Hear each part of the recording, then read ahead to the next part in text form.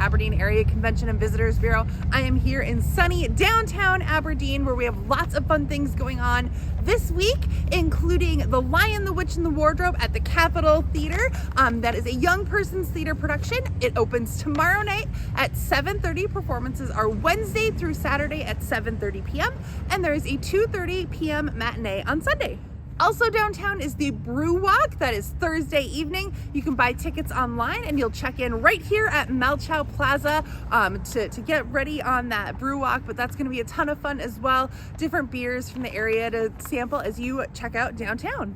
Aberdeen Wings are at home this weekend. They take on the North Iowa Bulls Friday and Saturday. Puck drops at 7:15 p.m. Back 40 Beef, Adventure Farm, and Corn Maze is doing a special showing of Children of the Corn in the Corn Maze. You can watch Children of the Corn in the Corn on Saturday. The showing starts at 7 p.m. The maze will be open from 10 a.m. until 10 p.m. So you can check out the Corn Maze at dark as well. But tickets for that are $10 and you can check out more at their website.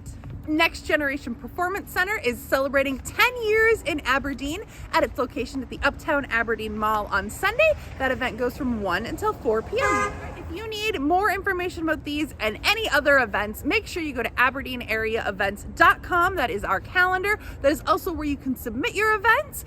We want to know about anything you have going on, so submit it to AberdeenAreaEvents.com. There's a big orange submit button on that page, and with it being October, we're definitely interested in your spooky season events. So if you have a pumpkin patch, a trunk or treat, a haunted house, we want to know about it. AberdeenAreaEvents.com.